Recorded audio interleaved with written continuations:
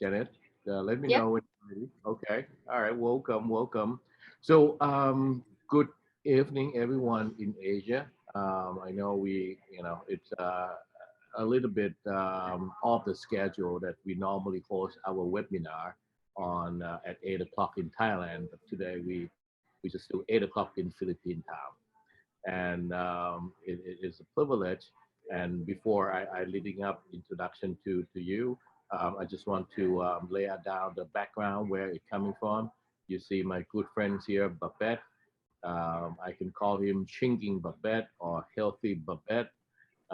It's working out. So this is what we're talking about. What less than a year. My good friends Babette here has got a lot healthier, thinner, more right? So uh, it's funny thing is I asked you, right? What do you do? That's how we lead it up to Janet. So Babette, maybe you want to Uh, an introduction and what okay. between you and her and how we leading up. Yeah. How did I meet Janet? Who introduced me to Janet? I can't remember anymore. Can't remember In a anymore. golf tournament. I think golf tournament or parang in the national team of golf here in the Philippines. Yeah, I think I was introduced to Janet, and I was very interested in nutrition because I knew it was the last mile. I have a daughter who's playing Division 1 college golf, and her problem is she has a tendency to be, this is a big girl, so if she doesn't watch her weight, um, she can really put on the weight. And when she was younger, it was no problem, but I knew that over time, it will take a toll on her knees. Because she's like me, I'm a big person, so. And I've done a lot of diets. I've done Cohen in the past. So that was really I talked to Janet about. It's like a prison diet. My intake was less than 1,200 calories per day. Of course, I would lose weight, and I lost 65 pounds, but I gained most of it back. And the diet was not friendly. The food was difficult to prepare. It wasn't tasty. It was hard work. But with Janet's program, it's very practical because you can have the food that you want to eat in the diet incorporated. That was one easy thing, and you don't feel that you're on a diet. You don't feel that you're on a diet. Whenever my daughter starts with a diet program with Janet, he always said that I cannot finish the food that I'm preparing. But technically, it's lesser in terms of calories than what what you usually take per day. But because it's prepared properly, you feel that you're eating more, but you're not. That's only one part of it. Losing weight is one part. I mean, it's really like in my case, it's really body composition. It's change of body. My body changed, the way it looked. So not only did I lose weight, but my body's composition is changing. And also with my daughter, it's not only more than body composition too. There's also sports refueling. So what Janet does is she programs her diet according to your schedule when you compete. So you'll be at optimal whether you're competing or you're doing training or practice.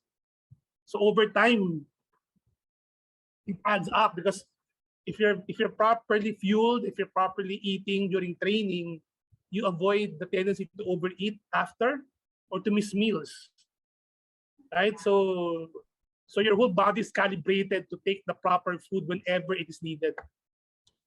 Good. No, that's whatever she does is work. That's why we'd like to invite her to be here to share her. Yes. No, and Janet. And Janet has been very successful with our national teams. I don't know if the people read her bio. Janet is technically part of the coaching. So a lot of nutritionists are part of the support staff of national team players, right? Or you have a nutritionist, you have a psychologist. But in her case, Janet is technically on the coaching staff of our first Olympic gold medalist, Hidilyn Diaz in weightlifting. So she's an assistant coach. So she's not only a support staff, she's an assistant coach, right? So she's handling Hidilyn Diaz. In the last Olympics, the Philippines won 4 medals, 1 gold, 2 silver, and 1 bronze. 2 gold, 1 silver, and 1 bronze. So we won 4 medals. 2 gold, 1 silver, and 1 bronze. So 2 silvers and a bronze medal. And Jeaneth was actively involved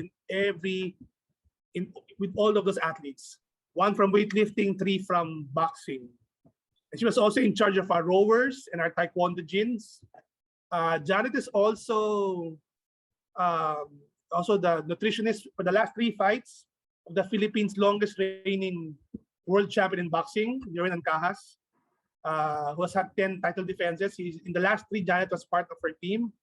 And she's also handling the diet requirements of our top male golf player, Miguel Tabuena. Okay, so Jeaneth's experience in sport it cuts across multiple sports. So she's not a specialist in weightlifting or sports that are dependent on weight. No, she does a lot of sports. She also handles an entire basketball team in our professional league, Talk and Text. Right, and aside from that, she also handles a lot of, regular people, recreational athletes, regular people who just wants to maintain a healthy diet and nutrition. Good. Well, thank you. So it's this array of everything, athlete, non-athlete, high performance, top Olympians. Jeaneth has them all. And thank you for that introduction and lead it up to our guest speaker today. This is Jeaneth. Hello, and we want to learn from you, and basically give you ask you to give us a guidance for our athlete here in Thailand, because of nutrition. It is very important. And on the call here, we have tennis player, we have soccer player, we have golfer on the call, and of course everyone else, parents and athletes. Welcome to the program, and thank you again for joining us today. All right. Thank you so much for having me tonight. Good evening to our participants for this session. Let me just share my slide with you. Oh, can I have access to sharing, Here we George? go. Okay. Share slide.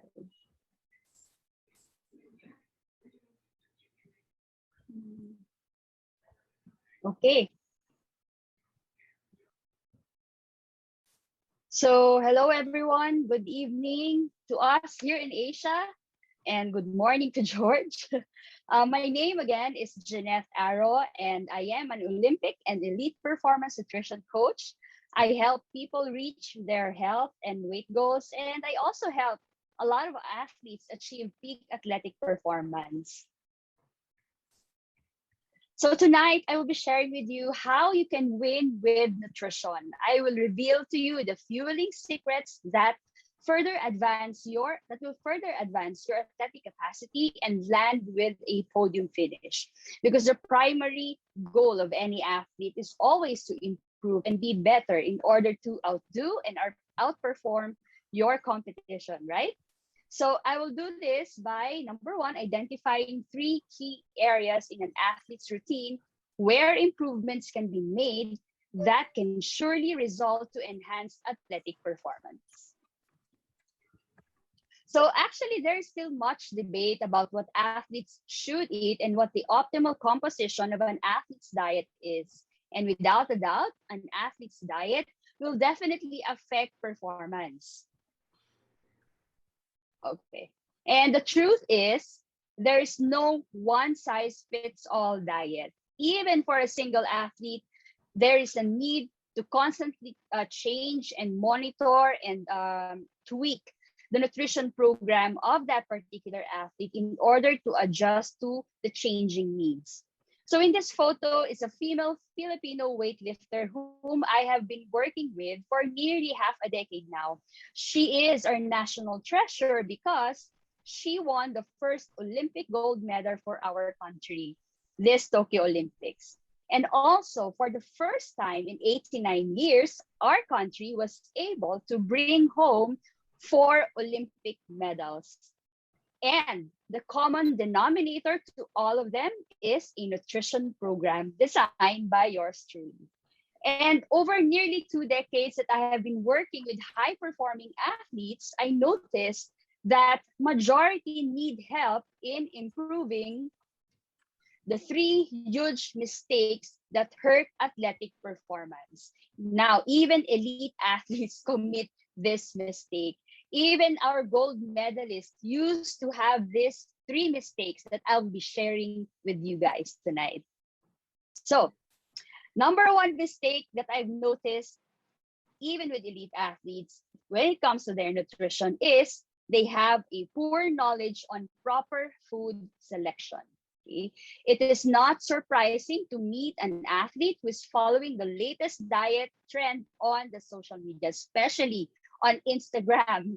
At one point, some would follow a very strict regimen while others would just eat anything, thinking that they can exercise their way out of a bad diet. And so almost always an athlete's number one concern is weight loss or body composition improvement. Okay. In fact, one study found that 21% of first division college football players were obese and had insulin resistance, while 9% had metabolic syndrome.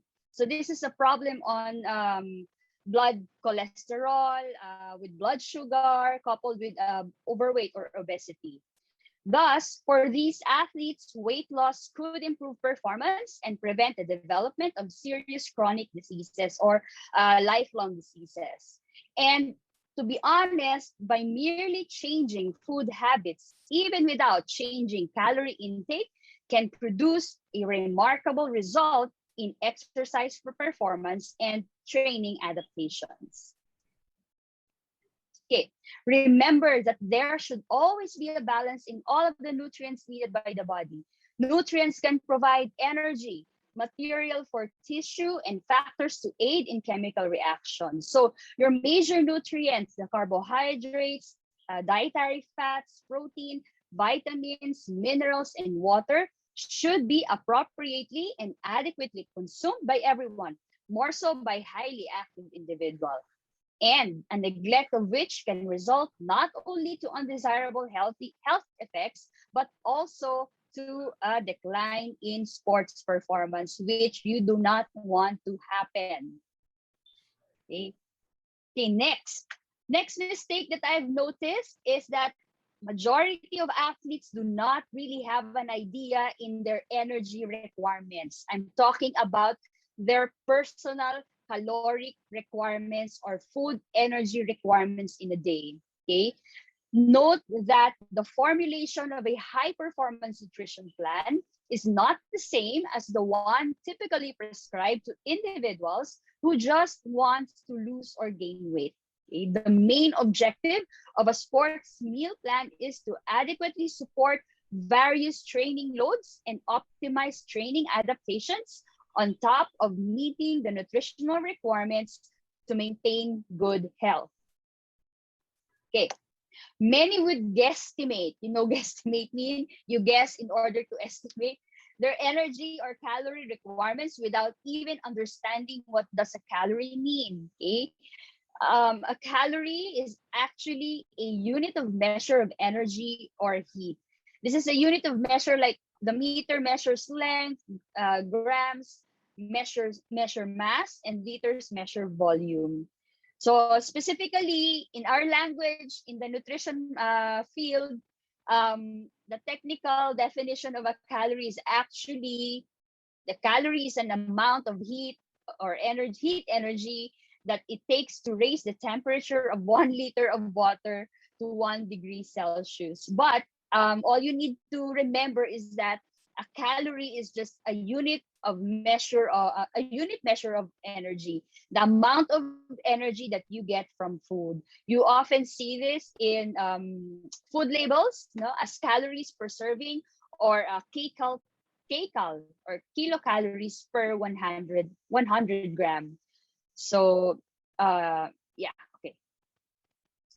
Now, always remember that calorie needs vary among athletes and are based on body size, body composition, and type of training or competition. Okay. For instance, a small person may need 1,700 calories to maintain body weight, but a large person may need 4,000 calories. These are just rough estimates. However, you should view this as only a starting point. Okay, calories need to be individualized, or calorie prescriptions or recommendations must be individualized through trial and error based on weight gain or loss or maintenance. But this trial and error phase must be guided appropriately or correctly by a qualified sports dietitian if you are involved in a sport or you are a serious athlete. Okay, calories for sports have to be added to this amount, the amounts that I've measured a while ago. For example, bowling for an hour may require just a few calories in addition to the calories that you need to sustain normal daily living. But on the other hand, a 12-hour bike ride over a mountain may require an additional 4,000 calories per day. Therefore, some may need 7,000 kilocalories or calories per day just to maintain body weight, whereas the others or other athletes may only need as little as 1,700 calories or less.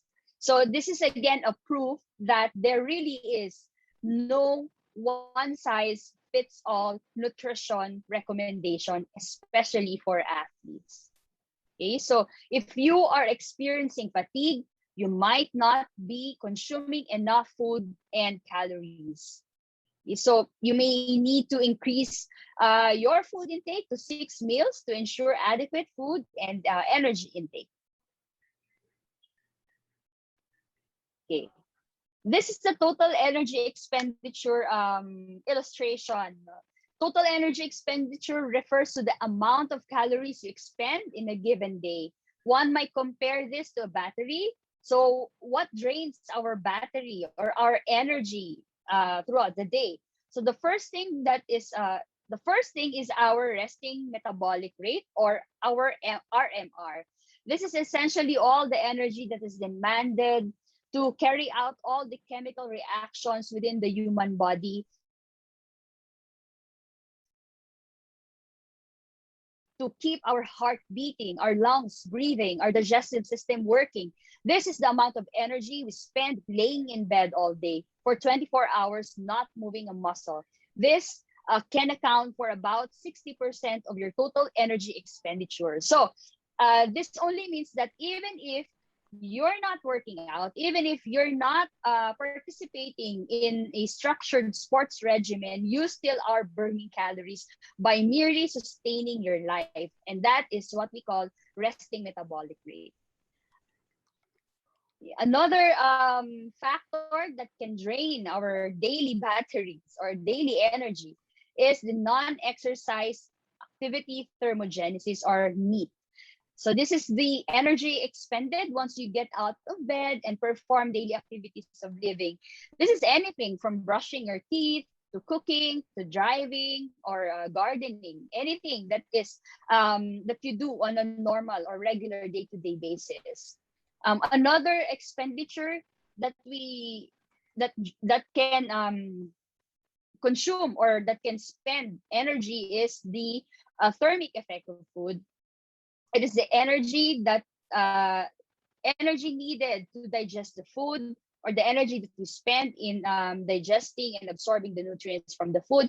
It takes more energy to digest protein than it does to digest carbohydrate or fat. That's why for those who want to lose fat, a slightly higher protein intake is more recommended in order to increase the thermic effect of food. And finally, exercise is the last component, the green one. Exercise is the last component of total energy expenditure, and anything from jumping jacks to playing a sport like basketball or football or golf falls under this category. It's just that the amount of calories that you burn will greatly depend on the type of activity that you do, which means the exercise segment in this total energy expenditure illustration or battery is highly variable.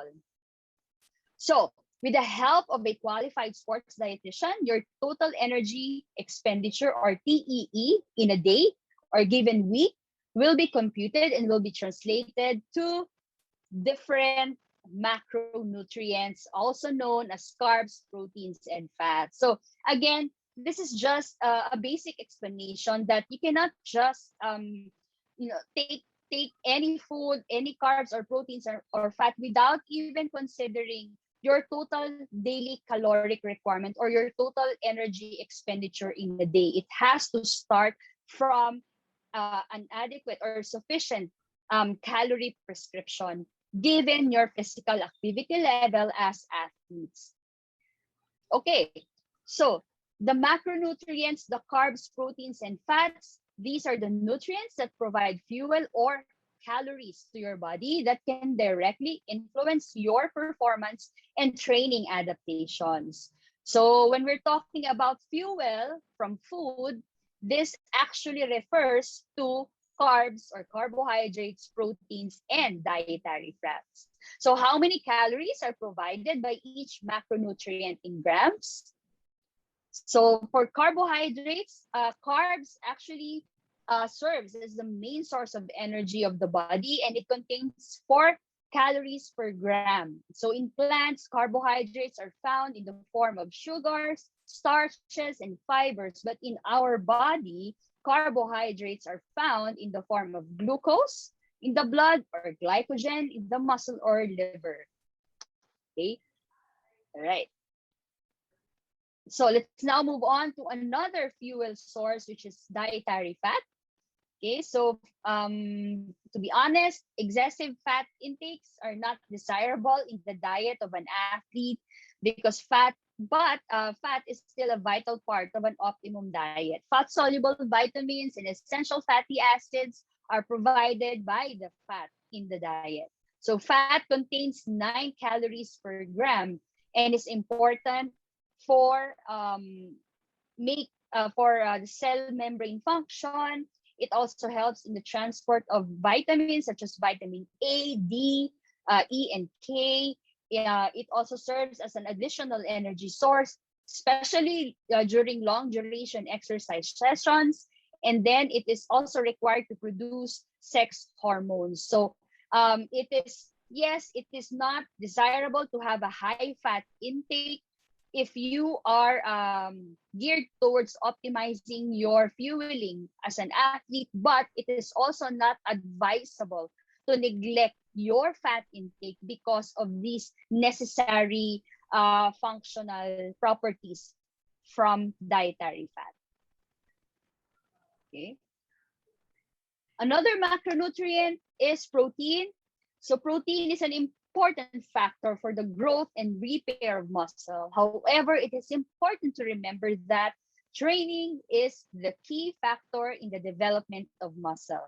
Okay, many athletes that I have encountered, they would always tell me, I want to build more muscles, I want to have lower body fat percentage at the same time. But then again, they always think that it's all about food. No, the primary factor to build more muscle in the body is strength or weight training.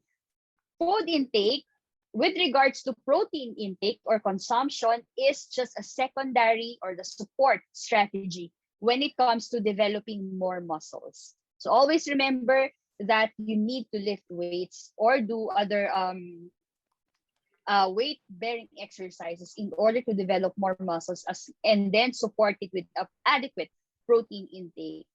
So protein requirements for athletes are higher than those of non-athletes, although many athletes will consume more protein than they need.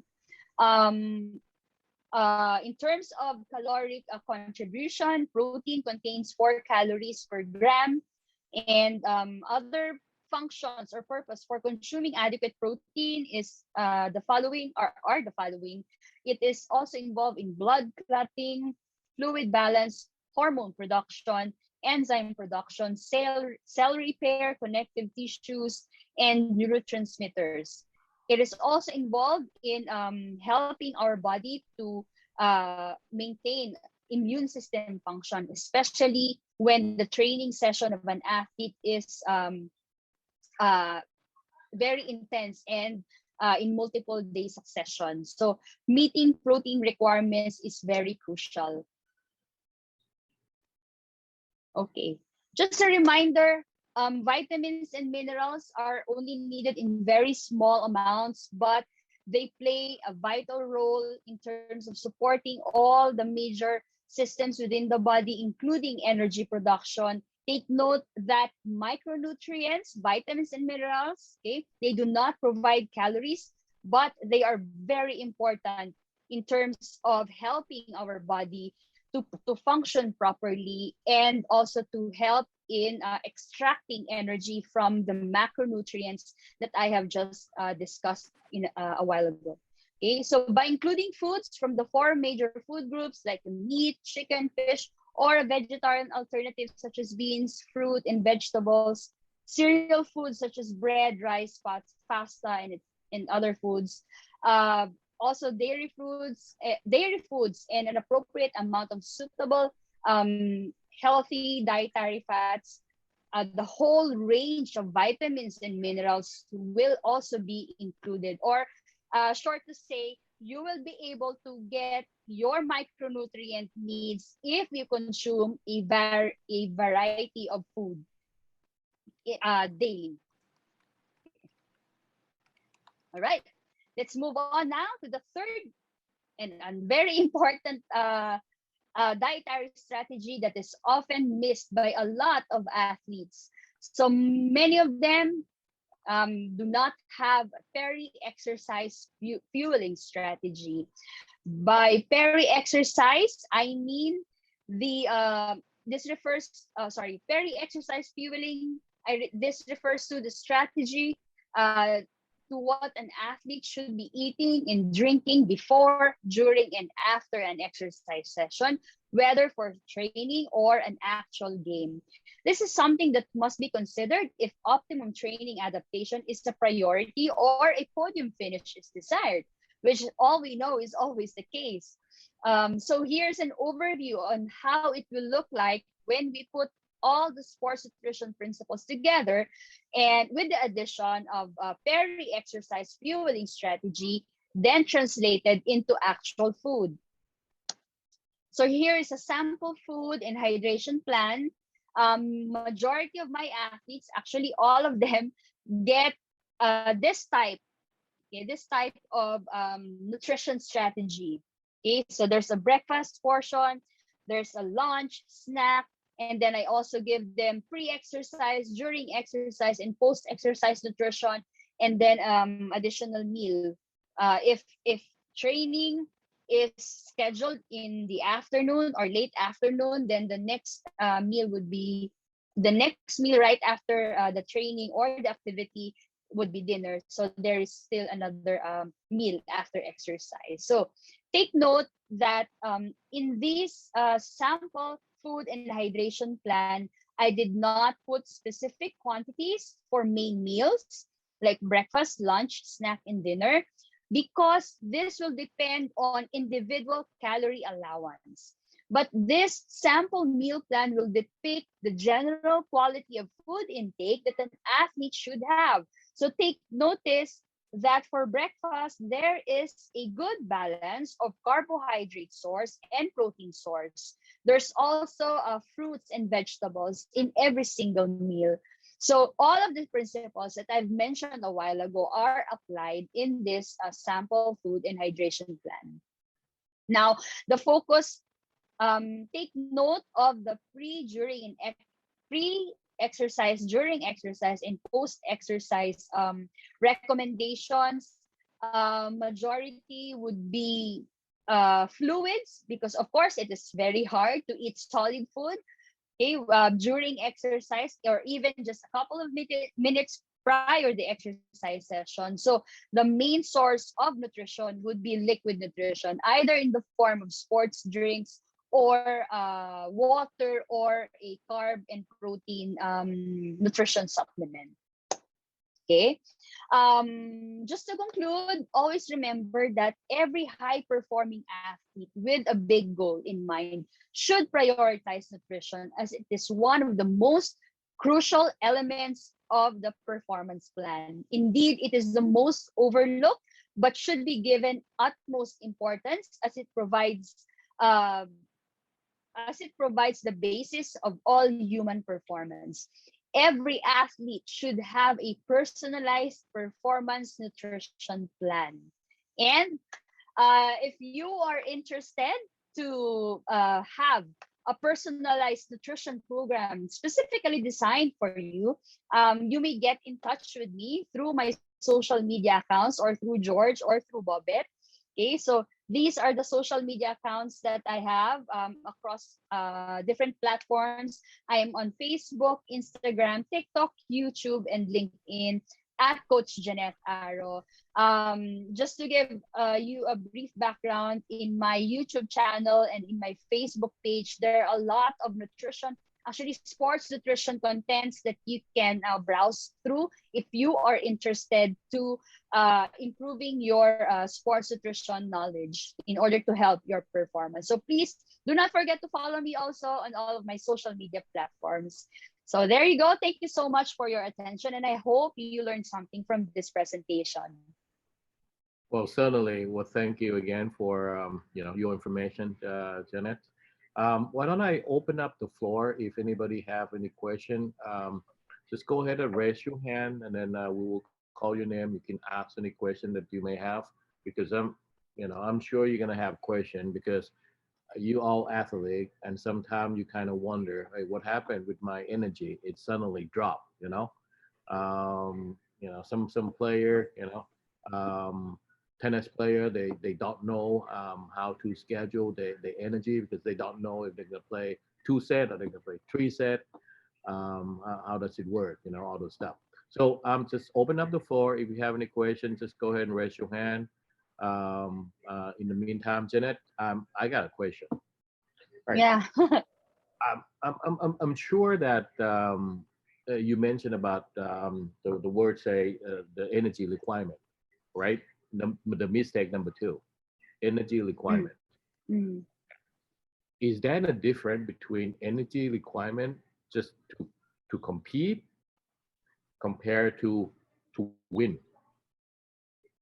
right? So let's say, and I assume that each sport also different, because golf, you kind of know that how you're gonna play only 18 rounds, 18 holes per day, right? So you kind of be able to factor in the time and energy spent. But for soccer, you also can, because it's gonna have only 1.5 hours, right? Yeah, Uh, yeah.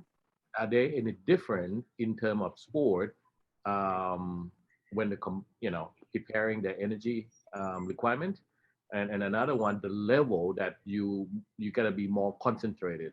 Basically, let's say if you played a tennis first round, this guy gonna be 6 love, 6 love, right? Compared to you playing in the final, I know this one. I mean, very competitive.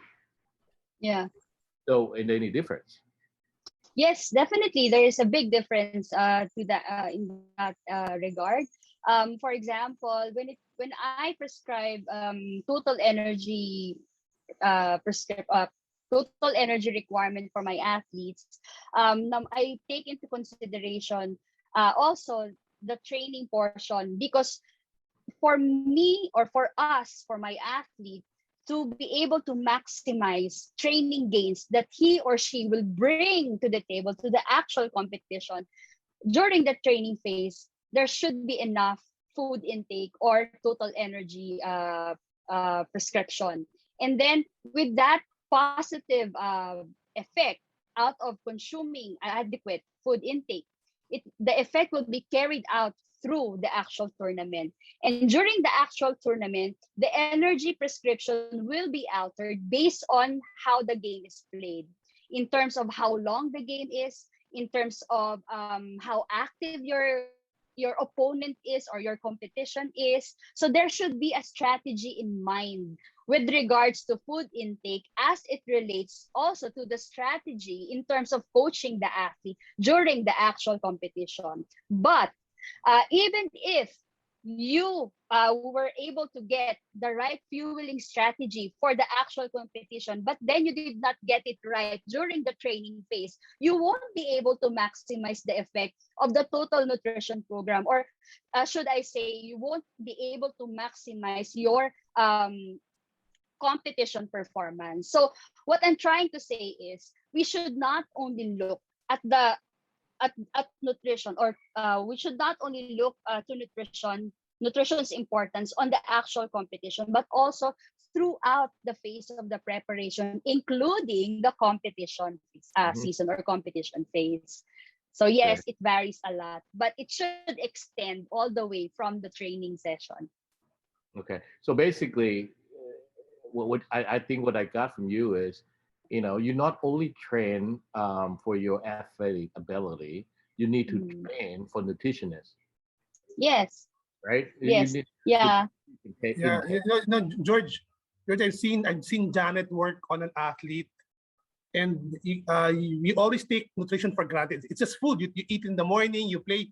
But I've seen Janet micromanage an athlete's diet, like on a 3 hour basis. So especially if you're like if you're watching weight for like one of our boxers, he could micromanage an athlete's intake of nutrition on an hourly basis if it's needed. So like what Jan is saying, it depends on the sport. Depends on the sport. Like tennis, you're Yeah. talking about you're playing 4 or 5 rounds of the championship. So you have to. So Mm. Janet can program that for somebody playing tennis, that for you to sustain your energy level or to up your energy level as far as the more you move up the ladder, you have more energy. She programs that, and like what Janet said, that doesn't happen only during the competition. That starts during training. So you simulate.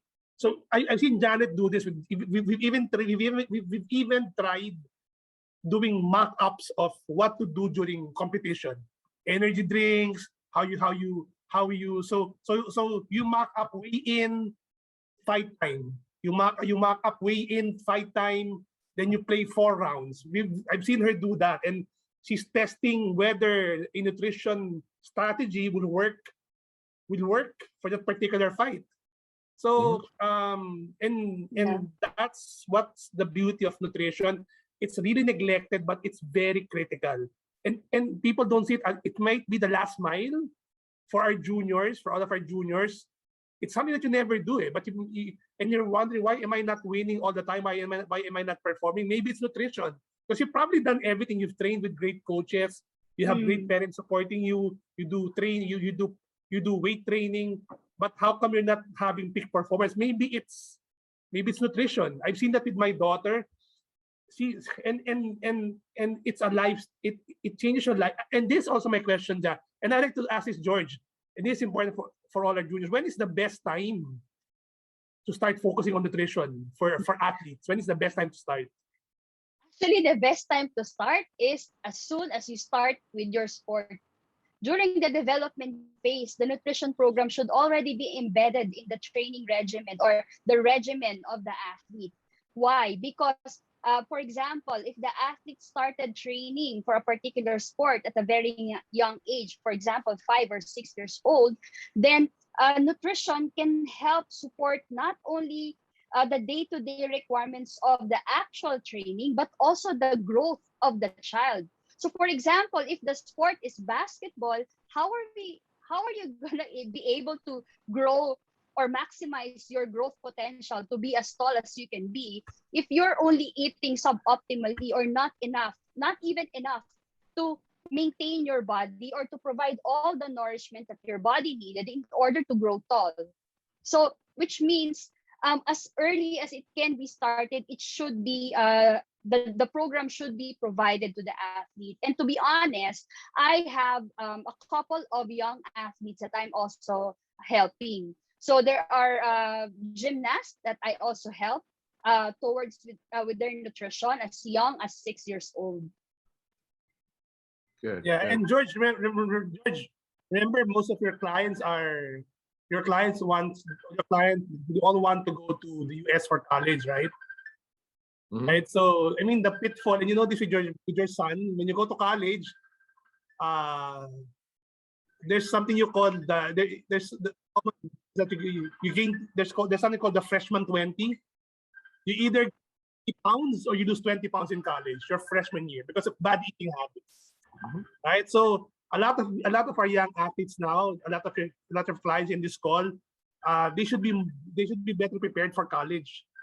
Right? Because if they go there and their nutrition program is not in place, their bodies may be in a shock and they might wake up one day they've gained 20 pounds and their performance will suffer. Yeah, no, I'm with you. And then also, and then I mean the question that you start a bit about, when's a good time to what you call put nutritionist plan into a legitimate your schedule. I'm looking this, okay? So if nutrition is not that important, why don't you look at this? Who is traveling with you when you're young? My question. Let's say you are Parents. a tennis player. Who travel with you when you start playing? Parents. Parents, right? So Yeah. once you get better, who else travel with you in your team? Coach. Coach, right? This is tennis, Yeah. right? So, all right, now you get better, you got more money. Who else traveling with you after the coach? Trainer. Physio, trainer, physio. You can do all in one, Physio. right? Once you Yeah. get better in that level, now you got three people, right? Parents, coach, physio. Now you get better, right? So who else is traveling with you? Yeah, your sports psych. Yeah, sports psychologist, or but sports psychologist, maybe somebody else that Or integrate. sports doctor. Yeah. Yeah. If you at the top of the top, right? Yeah. You talk about, Nadal, you talk about Djokovic, you talk about all these people, or Deschambault, all this. Who else did you see them traveling with? Oh yeah. Yeah. Steph, who is his nutritionist, right? Yep. Yeah. So that's the thing. So it gotta be separate between a good athlete to the best athlete. That's where the separation is. Yeah. Pay attention to the detail. But beside that, I think we're gonna talk long. We got 5 more minutes. Let's take. Yeah. There's 2 questions. Yeah. First, go ahead, please.